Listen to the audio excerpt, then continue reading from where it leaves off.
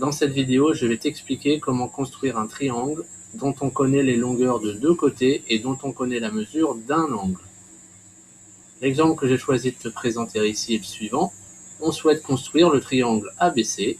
On connaît les mesures de deux côtés. Le côté AB mesure 8 cm, le côté BC 6 cm. Et on connaît la mesure de l'angle ABC qui vaut 81 degrés. Alors dans ce cas, c'est comme dans le cas précédent, on va encore commencer par un côté dont on connaît la mesure. Donc là, soit je commence par le côté AB, soit je commence par le côté BC, c'est la même chose. Alors commençons par AB par exemple.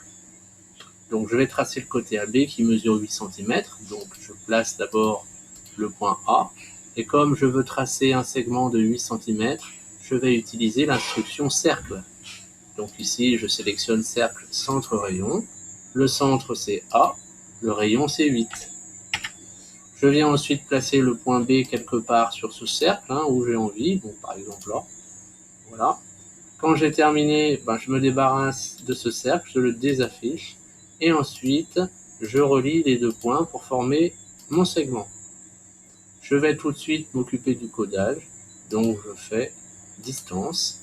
Je clique ici, je clique là. Et voilà. Donc maintenant, je vais passer au 80 degrés. Alors pour tracer un angle, c'est toujours la même chose. On réfléchit d'abord au nom de cet angle. Donc ici, c'est l'angle ABC, ce qui va donc me donner l'ordre dans lequel je vais pointer les points. Donc je vais dans le menu angle qui est ici. Je sélectionne angle de mesure donnée.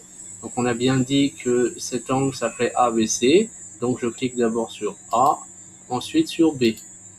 Il me demande quelle mesure, c'est 81 degrés. C'est déjà là, donc c'est bon. Je clique sur OK. Je suis dans le bon sens, pour une fois. Donc je n'ai pas besoin de recommencer. Ensuite, qu'est-ce que je fais? Eh bien, comme je suis en train de construire un angle, il faut que j'utilise le menu demi-droite. Alors là, bien attention, c'est toujours la même erreur. Le point A' n'est pas du tout le point C. Le point A' ne sert qu'à tracer la demi-droite. On s'en débarrassera ensuite. Le point C, pour l'instant, on ne sait pas où il est. Donc, on vient sur le menu droite, on sélectionne demi-droite. L'extrémité, c'est B, elle commence en B, ma demi-droite, et elle passe par A'. Voilà. Alors maintenant, je vais pouvoir construire C. Je sais que le point C, il est quelque part sur cette demi-droite. Mais il n'est pas nécessairement à A', attention.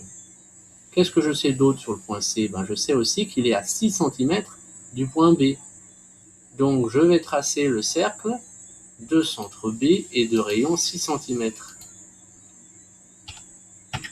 Et voilà. Donc maintenant, je sais nécessairement que mon point C, il est là.